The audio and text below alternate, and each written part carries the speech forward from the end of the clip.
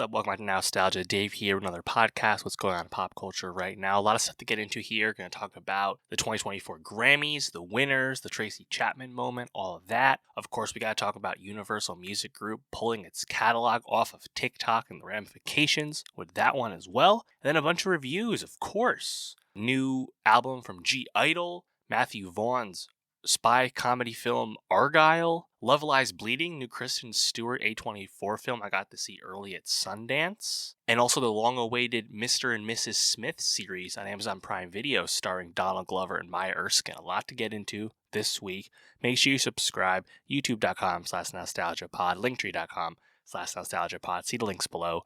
Get the best of 2024 Spotify playlist for my favorite songs of the year, updated weekly. Let me know it's good, and let's get into it. What's up? Welcome back to Nostalgia. Dave here, my reaction to the 2024 Grammys. Of course, the Grammys just concluded last night, and I think this was a pretty good Grammys in terms of winners, in terms of Grammy moments. Of course, it was a long show, but they're always long, NBD. But yeah, I think there's a lot of fun takeaways from this Grammys, and overall I'm pretty pleased with the outcomes here.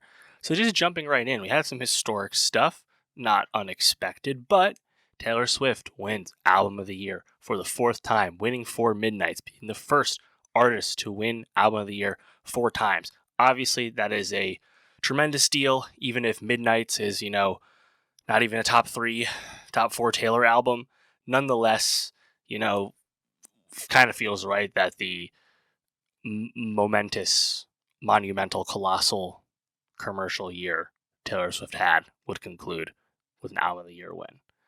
Did I want SZA to win? I did, but it is what it is. Similarly, with the sentiment of it is what it is, would be Billie Eilish and Finneas winning Song of the Year for What Was I Made For. This is now the second time that Billie has won a General Field Grammy in an off-album cycle. Of course, also winning for Everything I Wanted a few years ago.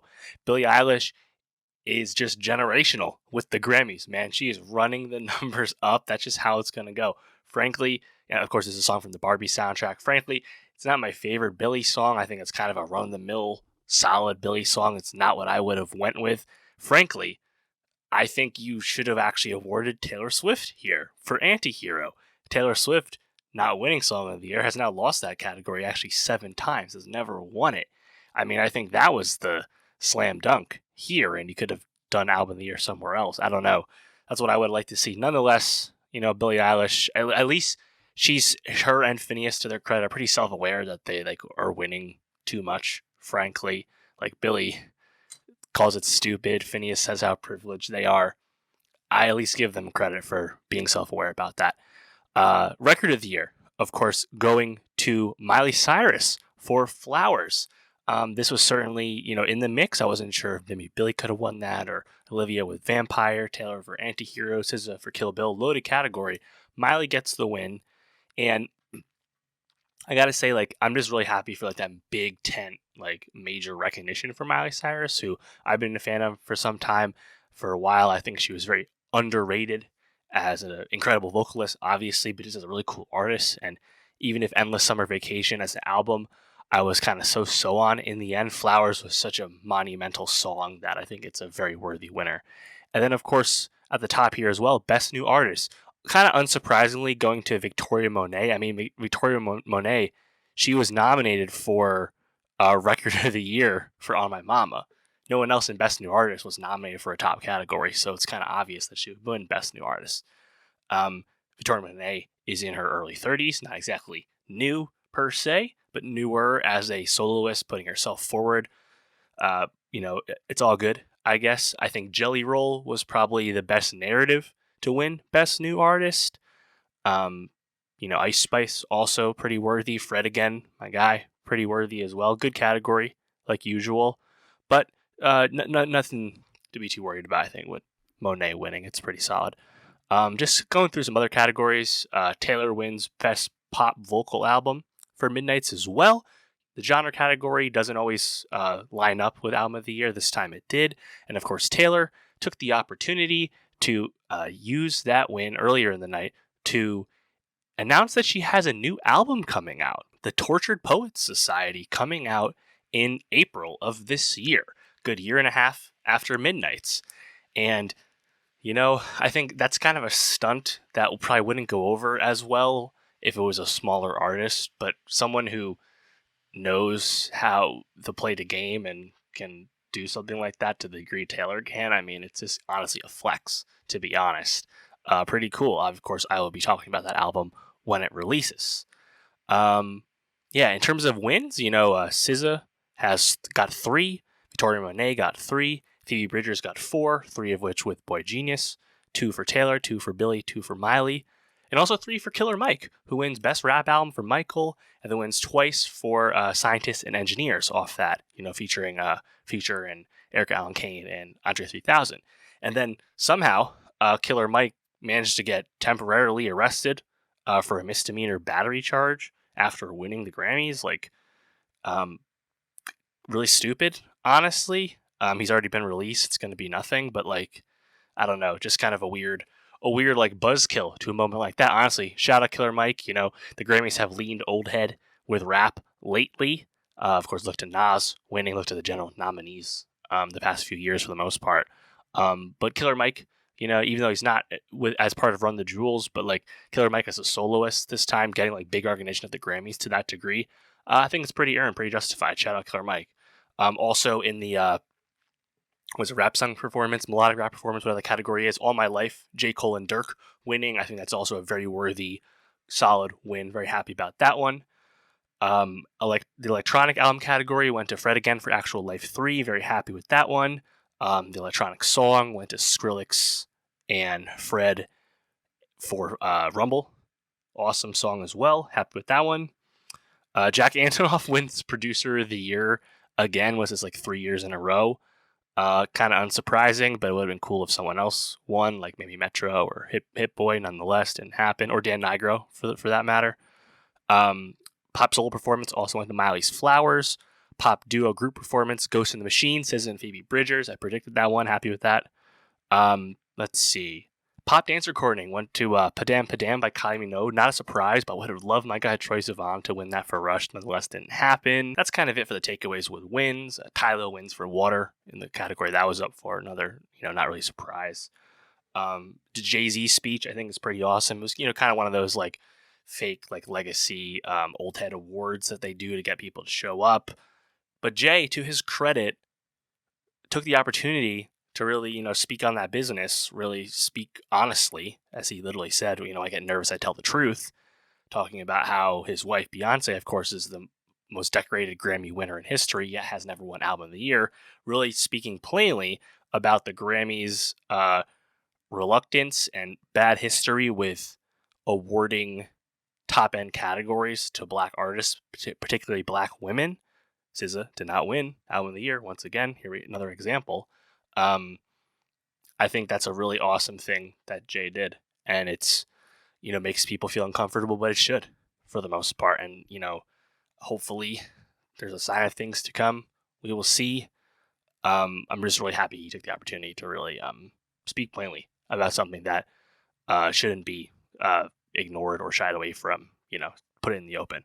Also, I think when you think about the Grammys, right, you're listening to the quote, the hashtag Grammy moment, where the Grammys put a old act with a young act, partially because obviously the Grammy audience skews older, and also it's kind of been a weird history with the Grammys where they kind of put these artists together. It's often kind of mismatched. It's often kind of contrived, and it contributes often to the Grammys feeling like a very long, pronounced show because you have so many performances, and often they're these weird collaborations, right?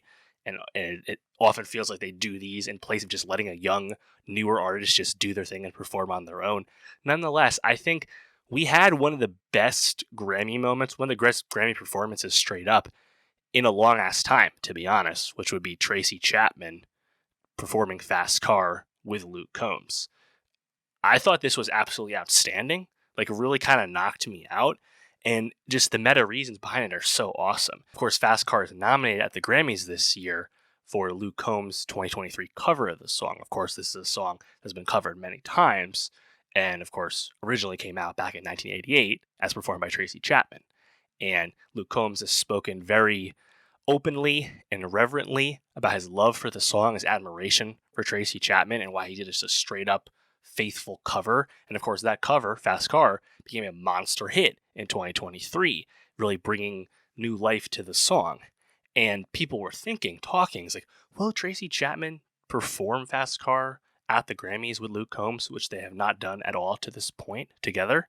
Because, of course, Tracy Chapman has largely been out of the public eye, has been not trying to be a famous person for, better part of 15 plus years at this point. Apart from some one-off late night appearances, she has not done press, she has not toured, she has not been out there. And this was, I think, honestly, a coup for the Grammys. You saw how much admiration there was once Tracy Chapman was revealed on stage, and people loved it. And you also just look to Luke Combs performing the song with her and seeing how, like a kid in a candy store, like just how joyful he felt in the moment there. Watching the crowd, Taylor Swift singing along, Jelly Roll absolutely vibing to the chorus. The harmony between Tracy and Luke sounds so good when they performed it live. And Tracy, to her credit, no ear monitors, of course, no live track, just doing it straight up, sounding amazing. Again, one of the best Grammy moments, quote unquote, in a long ass time. Once in a while, they really nail it. And I think with this, I think it's really special, honestly. And it's also really cool that following the Grammys, Tracy Chapman's version of Fast Car is number one on iTunes. That's just amazing stuff. So yeah, shout out the Grammys. Not too many surprises ultimately, but to me, I think the Tracy Chapman, Luke Combs performance is a major takeaway. Something that will probably the most memorable thing about this Grammys, and I think that's pretty meaningful. But yeah, let me know, how did you feel about the winners of the 2024 Grammys? Who were you disappointed didn't get recognized? Who were you really pulling for? Let me know. Of course, make sure you come back when the time is right to talk about Grammy nomination predictions for next year. And of course, stick around if you're into the Oscars, the Emmys as well. Of course, for more music reviews, subscribe, and I'll see you next time. What's up? Welcome to Nostalgia. Dave here, talking about Universal Music Group pulling its entire catalog off of TikTok. This is a very big deal. UMG is, of course, the largest music label in the world, home to arguably the biggest, or many of the biggest artists that we know. Of course, Taylor Swift, Drake, Ariana Grande, Olivia Rodrigo, Morgan Wallen, Nicki Minaj, Billie Eilish, Post Malone, just to name a few. This is a big deal. If you go on TikTok right now, you cannot officially add a Drake song to your TikTok. Of course, before this, and like all the other music labels do, of course, the other big two labels, Warner and Sony, still are active with TikTok. They officially license their music for use on TikTok. And all the UMG artists are now gone. And of course, this was not unforeseen. There was a lot of back and forth between UMG and TikTok, and it started to become public, which obviously was a very bad sign. There was an open letter, UMG blaming TikTok's unwillingness to compromise over AI, but I think most of us really think it's just a squabbling over money. And now, basically the nuclear option has been pulled here, with UMG pulling the catalog. This is not as catastrophic as, say, the label pulling its catalog off of, say, Spotify or Apple Music, something that actually did happen at smaller scale, like 10 years ago as music streaming was increasing. That, I think, is largely an untenable thing to do right now, but pulling your music off TikTok is a lot more complicated, right? A lot of those artists I named, all these big artists on UMG, they had their careers, they were successful before TikTok. They're not going to suddenly not be successful. Then again, Ariana Grande has an album coming out in March. It'll be interesting to see how they promote that, because they won't have TikTok's, built-in marketing and connection to your fans and the quirks of TikTok that make it so unique and so successful and so ubiquitous, right? It's undeniable. And I'm just really interested in how that's going to go, and I think obviously the music discovery aspect of TikTok, that's certainly a big deal, and that is something that applies to other artists on the label. Of course, I mentioned a lot of big A-listers, but UMG, of course, includes many labels. Interscope, Geffen, Def Jam, Capitol, Republic. there are a lot of artists on UMG, a lot of them that are successful but smaller than your Taylors and your Drakes, and even smaller artists than that who, perhaps they made their career on TikTok. The music discovery aspect and the ability to blow up overnight cannot be overstated, and a lot of artists have really relied on TikTok to grow and find an audience. And that is being taken away. These artists had no say in the matter. Their music's just off the platform. And a lot of artists have talked about it. Some making jokes and quibbles, some kind of questioning it, others at the Grammys, I forget who it was, with Jack Antonoff, saying basically that it would have been nice to hear, get some heads up from UMG before it was happening. Noah Kahan talked about it. A lot of people have chimed in already, and I'm just really curious, how long this is going to go. It's not going to be, resolved next week. That's for damn sure. This is going to be a minute. And, I think it'll tell us a lot about the success of the biggest label in music. Of course, the revenues are incredibly strong at UMG, and they feel like TikTok just needs to pay out more. It's not like TikTok's any different than your Spotify or Apple Music, where the overall common refrain here is artists aren't paid enough, right? But I don't think the label is going to necessarily be kicking down significantly more revenue down to its artists per se. They just want to line their own pockets, you have to imagine. But yeah, a lot of things to keep an eye out with this. This is going to be an ongoing story, a major music business story, and a big test of TikTok's staying power, because I think we all agree how ubiquitous TikTok is, and it's so ingrained into the mainstream music business, whether you're a little artist or the biggest artist. So what will it now mean for all of these artists across that spectrum to have their music removed and their inability to officially succeed? Also, something to keep in mind is this could escalate, right? Because the way music copyright works is there's two copyrights, right? You have your publishing as well as your recording. So sometimes those are on different labels. So there are artists whose maybe they're not really UMG artists, but their publishing might be in part of UMG. You also have a whole other aspect with songwriters, and songs have multiple songwriters, and maybe some of those songwriters are on UMG because that take the whole song down. We haven't seen all of that yet, but there are ways this could cascade and affect many more artists, many more songs. So again, a lot to keep an eye on with this. I think it's going to be a while, but yeah, let me know what you think about this. And for more music business updates, subscribe, and I'll see you next time. What's up? Welcome back to Nostalgia. Dave here with a review of (G)I-DLE's second album, 2. Of course, (G)I-DLE back.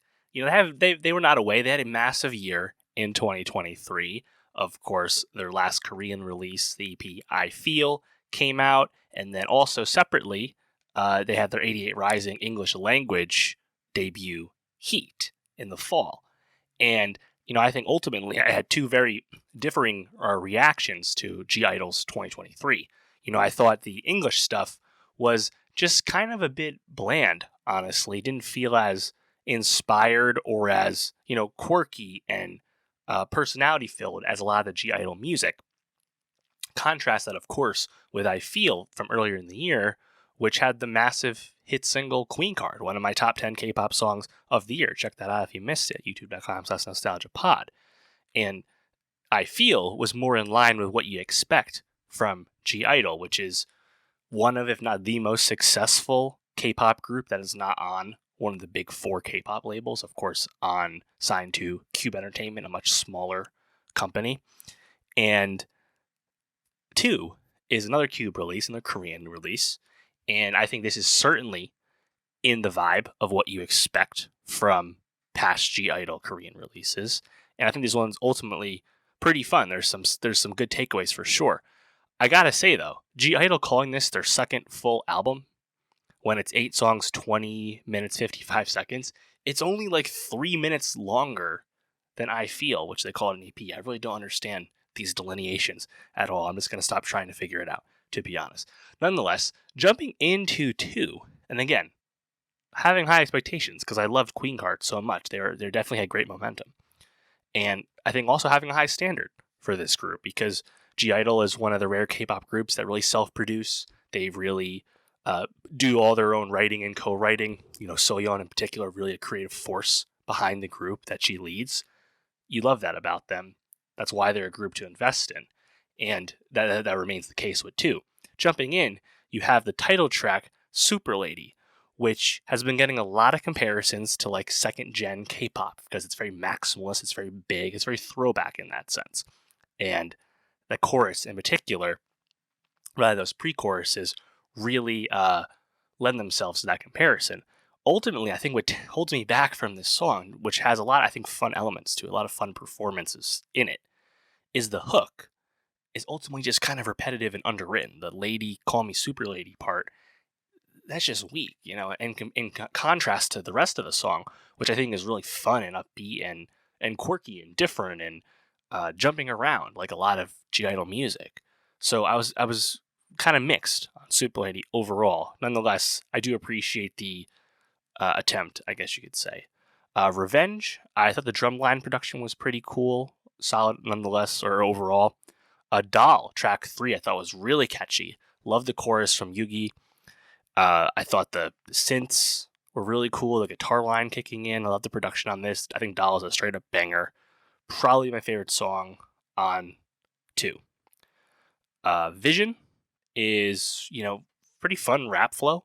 Honestly, I enjoyed that. I love when the drum tempo comes in, kind of picks up, get some nice snares there. 7 Days, I think this one's probably my miss on the track list here. Beats kind of muddled, just doesn't really leave a big impression for me.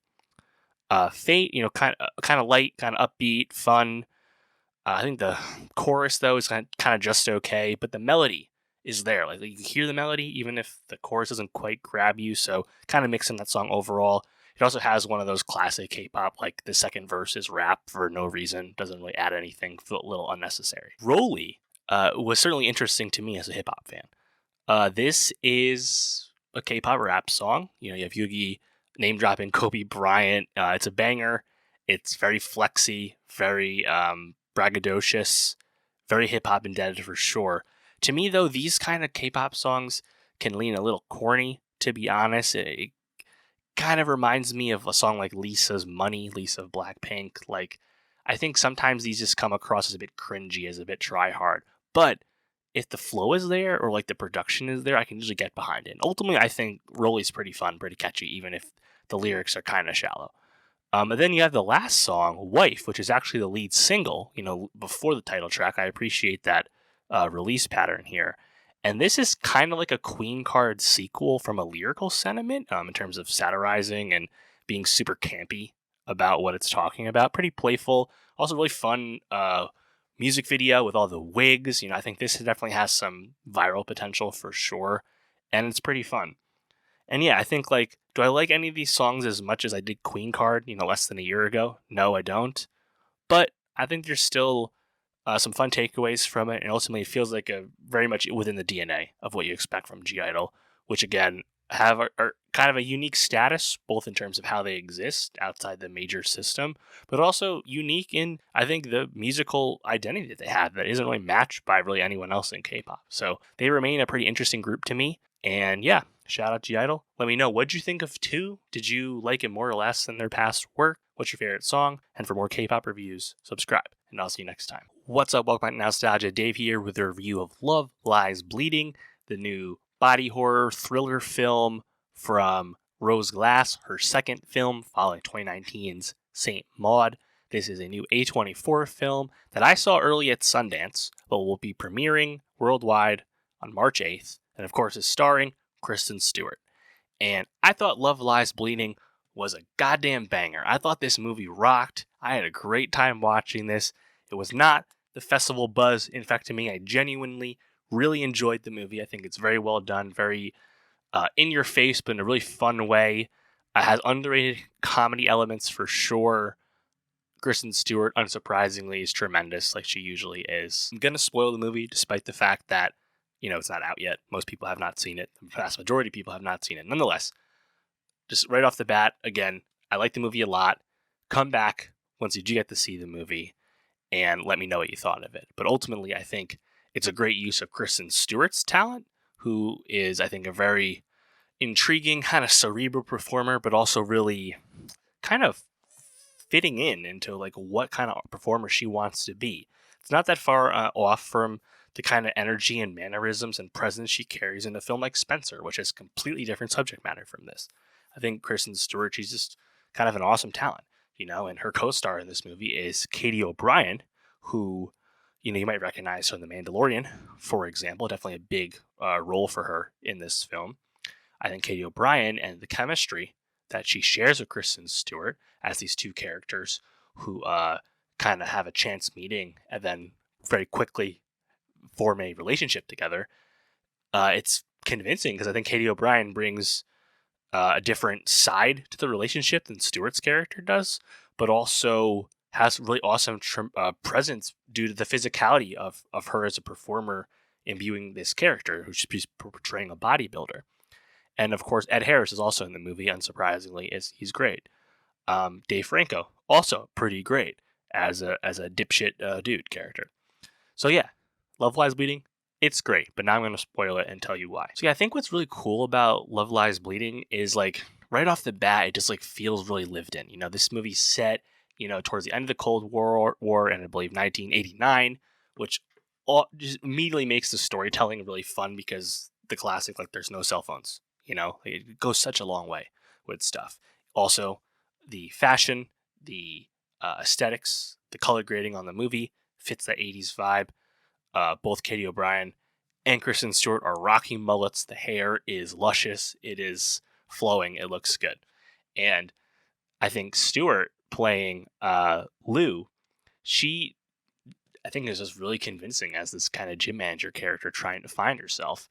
And then when she meets Katie O'Brien's Jackie character, this bodybuilder, like the attraction is so palpable. And this is a movie, like, it doesn't shy away from the sex scenes. And I think they're actually done pretty convincingly. Like, there's a lot of passion in those. And in general, this relationship that these two characters form, I think really, really convincing. Like, again, the chemistry between the actors is palpable, but also I think the desperation that brings these characters together from their two different circumstances, that all comes across really well.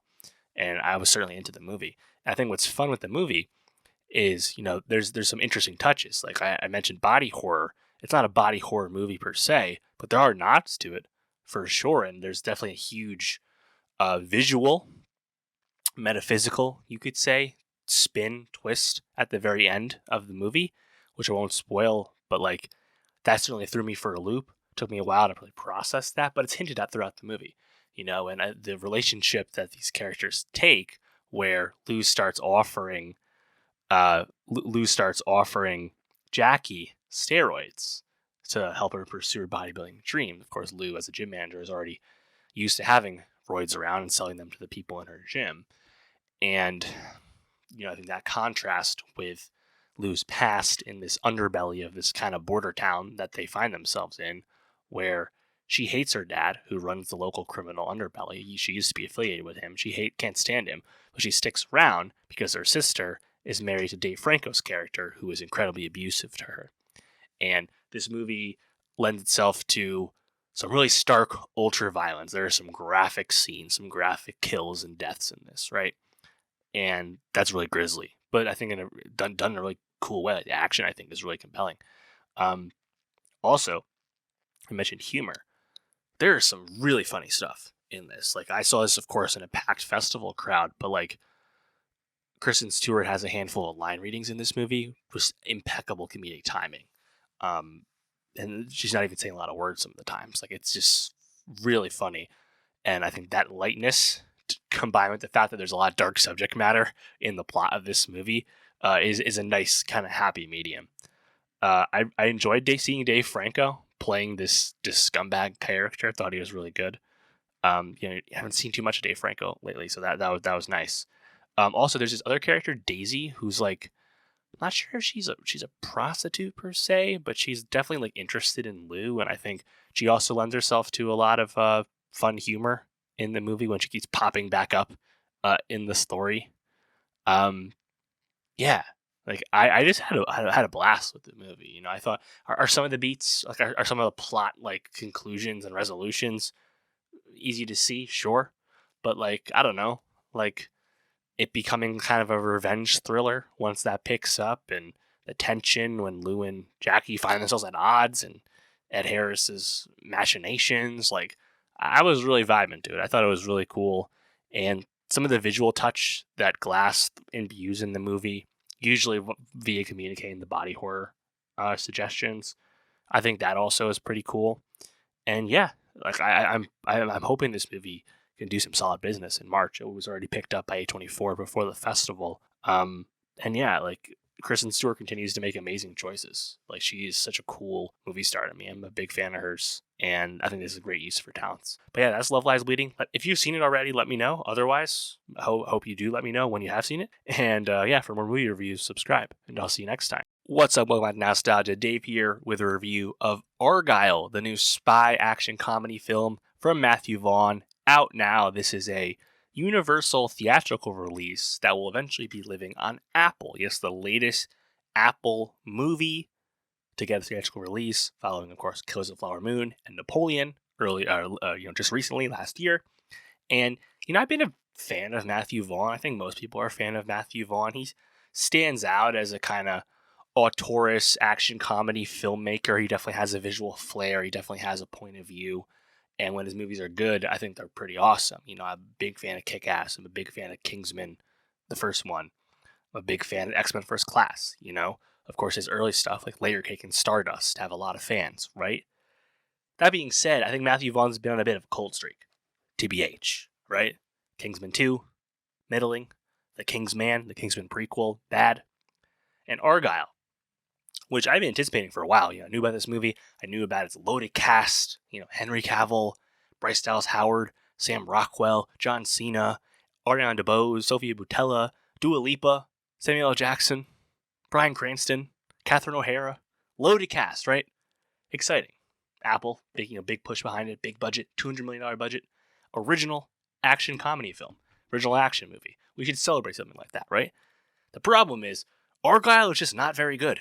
And that lets me down. That bums me out. This is a movie that's really long, 2 hours, 20 minutes, and yet had a lot of tedium to it, man. Also, visually, just does not pass the smell test. This movie has a lot of bad CGI. I'm usually not the biggest critic of CGI. If it's good enough for me, Early on, though, man, there is some static-looking stuff. So obviously computer generated. It just doesn't feel fluid, and it kind of detracts from some of the action.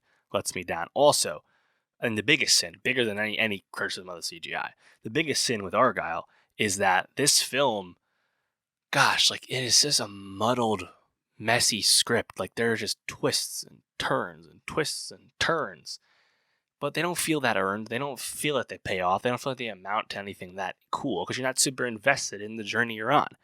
It's a far cry from like the twists in the first Kingsman movie. We're nowhere near that kind of stuff. Nowhere near that kind of satisfaction with the payoff, And Argylle takes a good hour, I think, to get to its real big twist. And did I see it coming? No, I wasn't really. I also wasn't really like trying to figure it out per se. I'm sure other people did see it coming. I was having kind of a hard time. I thought it was kind of a tough hang in the first hour, to be honest. Despite the fact that I like the people in it, I think I was just kind of struggled with like the getting to that twist. And once you get the twist, I'm just like, I didn't feel like I was invested. I didn't really care. And then you kind of go through it. Are there some cool Matthew Vaughn highlights in terms of like really inspire like over the top wild action sequences? There are. They certainly feel familiar to some of his past works. In this case, you have an ice skating shootout scene where the ice skating is being done over flowing crude oil. You also have this shootout with all these paint or smoke like in the air, very colorful, very neon. That felt very Vaughn. But to me, the script is just pretty ill-conceived. You have this our lead protagonist. It's not Henry Cavill, despite what the marketing might lead you to believe. It's actually Bryce Dallas Howard's character, Ellie Conway, who is a spy novelist. The next Ian Fleming, the next Robert Ludlum, the next John le Carré. And she has a hit series, the Argylle book series, and she's writing them.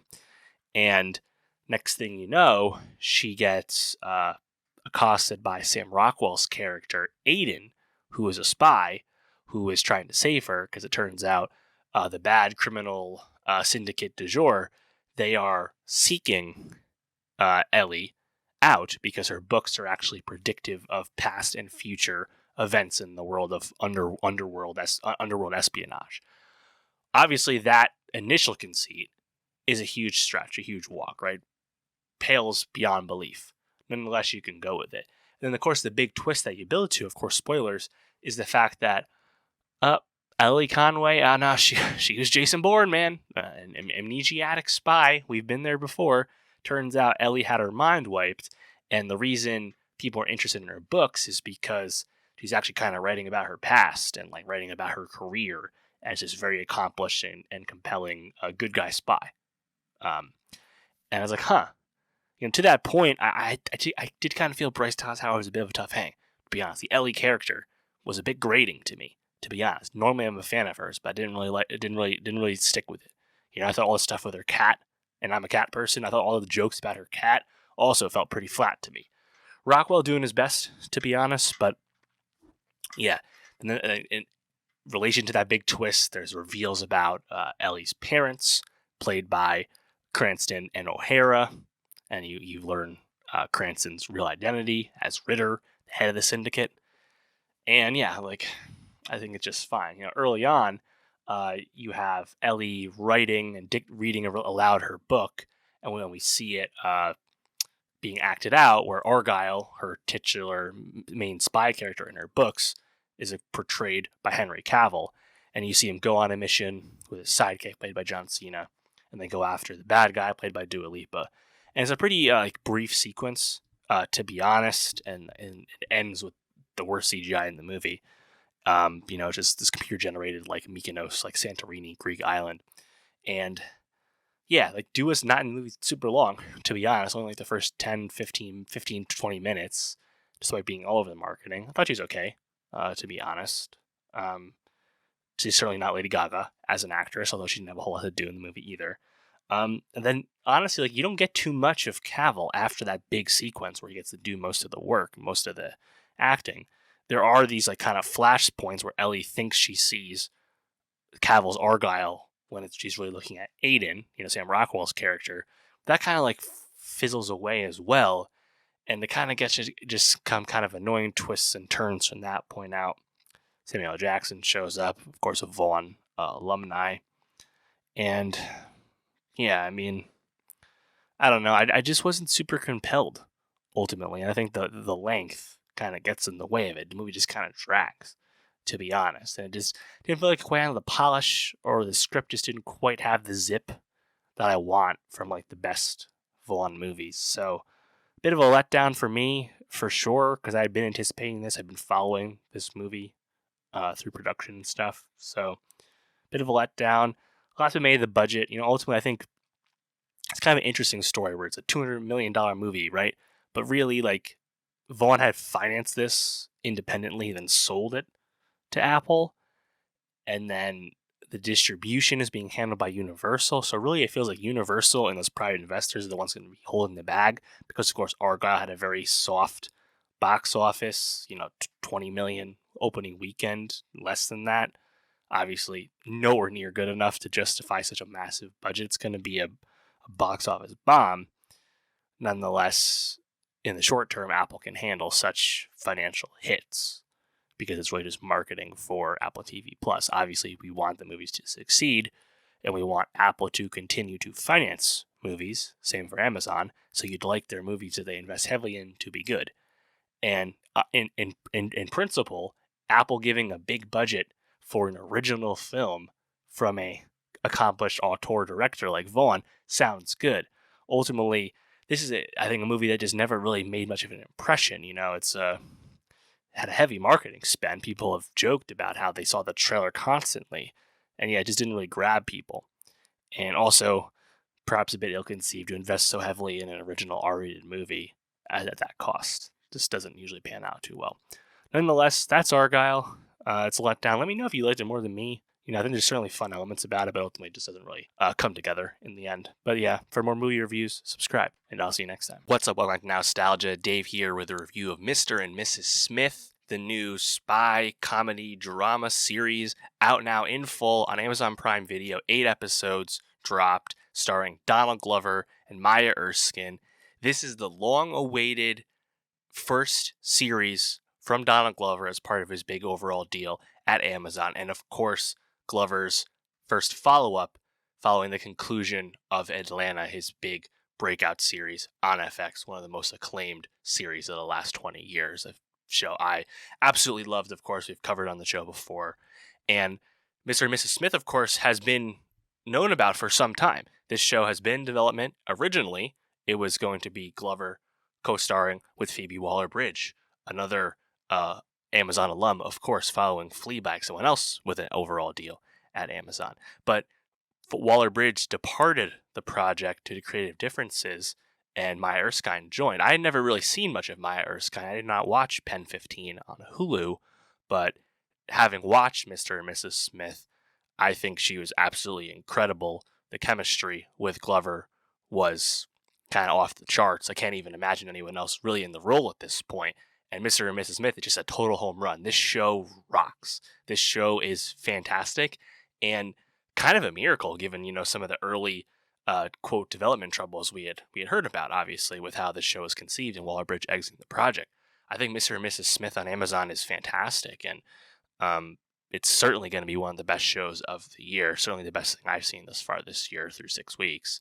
And I mean, this would, I think, easily be in my top 4 from 2023 if this had come out a few months ago like it originally was supposed to come out before the strikes.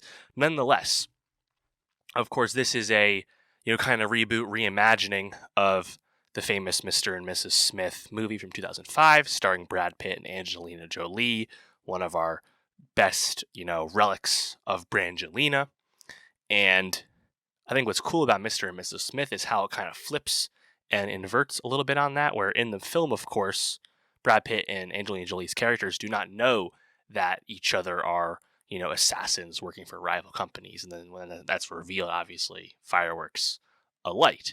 Mr. and Mrs. Smith on Amazon, from the very beginning, actually puts our two characters together. They know each other are both assassins. They're an assassin team. They are a faux married couple for the purposes of doing wet work.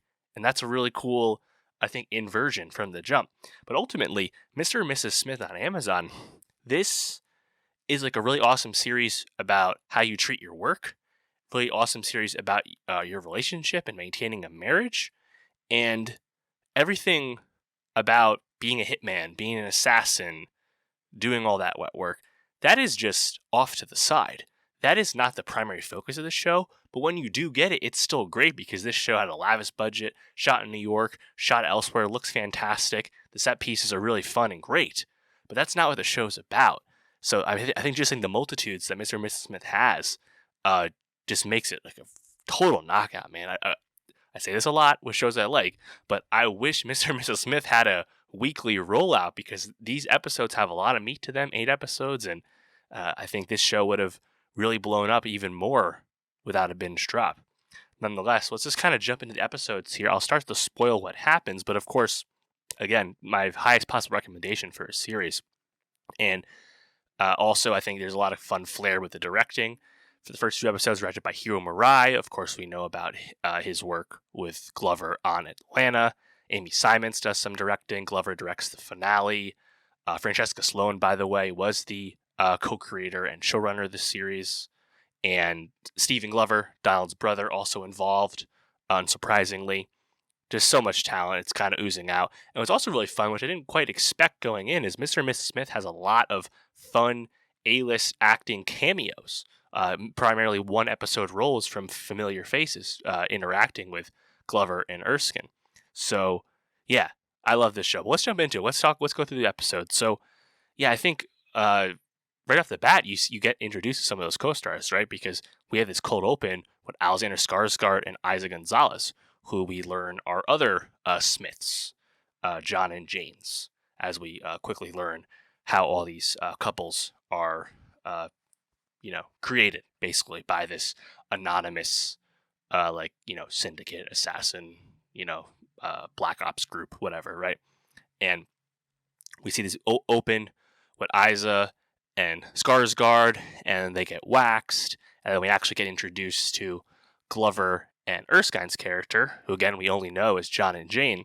And John and Jane are kind of doing this like virtual interview to try and find the job, and the show does a good job of really like through these kind of flashbacks with these interviews seen throughout the first episode, like really communicating like some pseudo desperation, pseudo listlessness that these characters are bringing, and hence why they're pursuing a obviously dangerous job that also will completely uproot their lives and change their past, etc. And I just really like that initial intrigue, the initial tension. We jump right into like the first mission together for John and Jane, where they ultimately have to deliver this package following them stealing it from someone. And it's just kind of classic chase and a classic tale, a stakeout, you know. And then we learn at the very end that the package they were stealing and then dropping off was a bomb, you know, inside a cake. It was, I think, really great way to kind of ratchet up those stakes.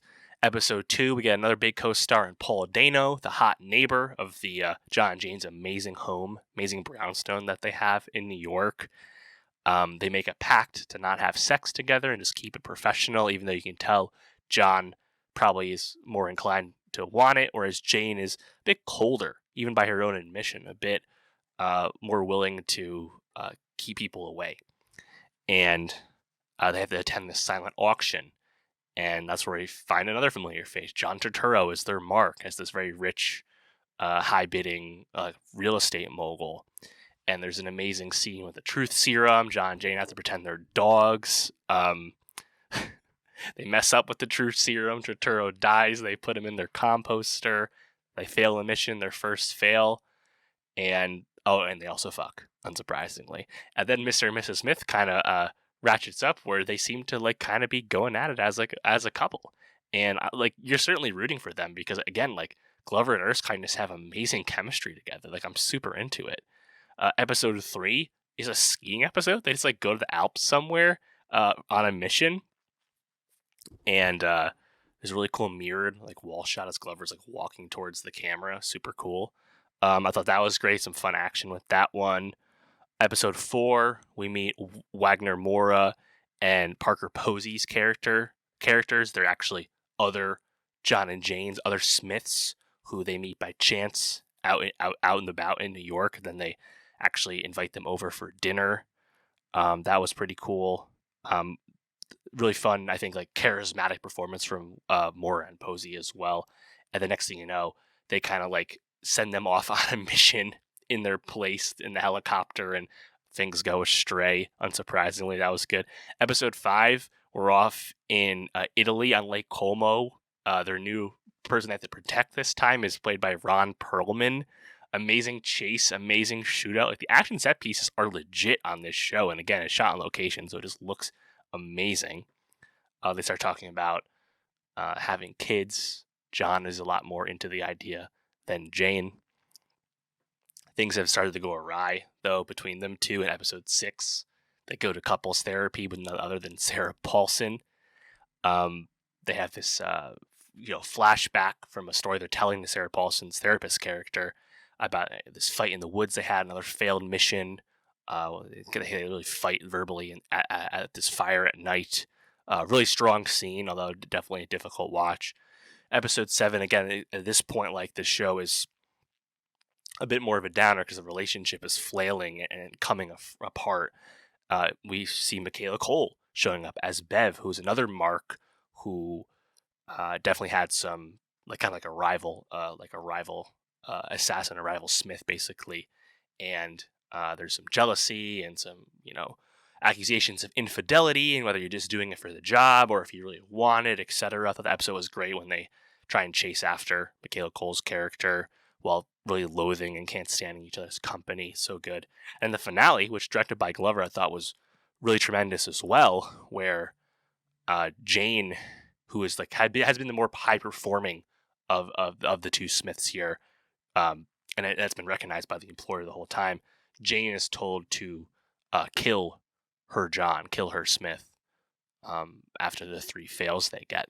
You get this really awesome scene where John recognizes a tripwire for a bomb in his at his front door. We see his mom for the first time. as right before that. And then John tracks down or confronts Jane at the Whitney in New York, leading to this very long, protracted chase after Jane attempts to blow up John inside the rotunda, door at the entrance of the museum. They run along the High Line and stuff. Then Jane, meets John's mom, learns his name is actually Michael, and I think that was a pretty cool scene. And them kind of talking together about what priorities should really be. Meanwhile, John encounters hot neighbor Paul Dano once again. Eventually confronts him, accusing him of or asking him if he had slept with his wife, who of course had talked about how she did think Paul Dano's neighbor character was hot. He actually reveals that no, he's just a Sotheby's agent who really wants their ridiculous house that clearly skirted lots of zoning laws per the syndicate's ability to give them the home, etc., etc. They have this, I think, really awesome hand-to-hand and gunshot fight scene in the house, and then they basically give themselves truth serum. John gives it to Jane after subduing her, then gives it to himself, and it's like a really amazing scene where they talk about their own faults, their own true feelings for one another, and things they like and don't like, and basically reconcile. And then we realize that Wagner Moura and Parker Posey's Smith characters are actually like the finalizers for the syndicate. They're the ones who wax fellow John and Jane's when the syndicate wants to get rid of them. And they have to survive, and John gets shot. Jane and him are stuck in the, the safety room. And they, again, reconcile even more. John seems to be fading away. Jane decides she's going to open the door and try and shoot down Parker Posey. Wagner Moura had already been shot in the early skirmish. And then we fade out, and we don't know what happened. We know gunshots happen. We see it from the outside. We don't know the fate of anyone. And then there's like a quick addendum scene where Paul Dano takes a step in, sees all the disaster inside, everything broken and ruined, and he gets all excited because he thinks he can finally buy the home for Sotheby's. Man, what a journey. I thought the show was great. I thought the characters were great. Do I want a second season? I don't need the second season. I think it's a really perfect way to end the series. That being said, these two characters, John and Jane by Glover and Erskine, they are strong. And again, that chemistry is palpable. You could easily make a second season. And I think Amazon will certainly think about it if the show is a big hit, right? I mean, shows that were not even critically panned or even not big of a hit, like, say, Citadel, they renewed for a season 2, partially because of the heavy investment they put in it from a monetary standpoint. But to me, Mr. and Mrs. Smith, it's one of the best shows Amazon Prime Video has ever made. I think that's kind of obvious. It's like this and Fleabag and The Boys, and early Marvelous Mrs. Maisel. Kind of obvious to me. So I will not be mad if it comes back, but I think it'll certainly be an Emmy contender at the end of the year. But yeah, let me know. What did you think of Mr. and Mrs. Smith? Were you kind of knocked out like me? I'm certainly excited. Donald Glover continuing his run as one of our great creative forces on TV, as well as a standout performer as well. And then I think it's a really awesome look for Maya Erskine doing something a bit different from the more comedic leanings of Pen 15. So yeah, total home run. Let me know what you thought of it. And for more TV reviews, subscribe. And I'll see you next time. All right, that's going to do it for the pod this week. Next week, looking like a later week so far. We'll see. I might add some movies to the docket to fill out. We'll see. But Tokyo Vice returns for season 2 on Max. I was a big fan of that first season. Very excited about that. Zara Larsson has a new album. And Kanye West and Ty Dolla $ign's Vultures might be releasing part 1. It's now a 3-part album. Obviously, Kanye album release dates, you take those with the largest grain of salt you possibly can. So we'll see what happens. If it does come out, obviously I'll be talking about it. And yeah, some more stuff I'm sure we'll find things to talk about. So make sure you subscribe, youtube.com/nostalgiapod, linktree.com/nostalgiapod. See the links below. Get the best of 2024 Spotify playlist. Let me know it's good, and I'll see you next week.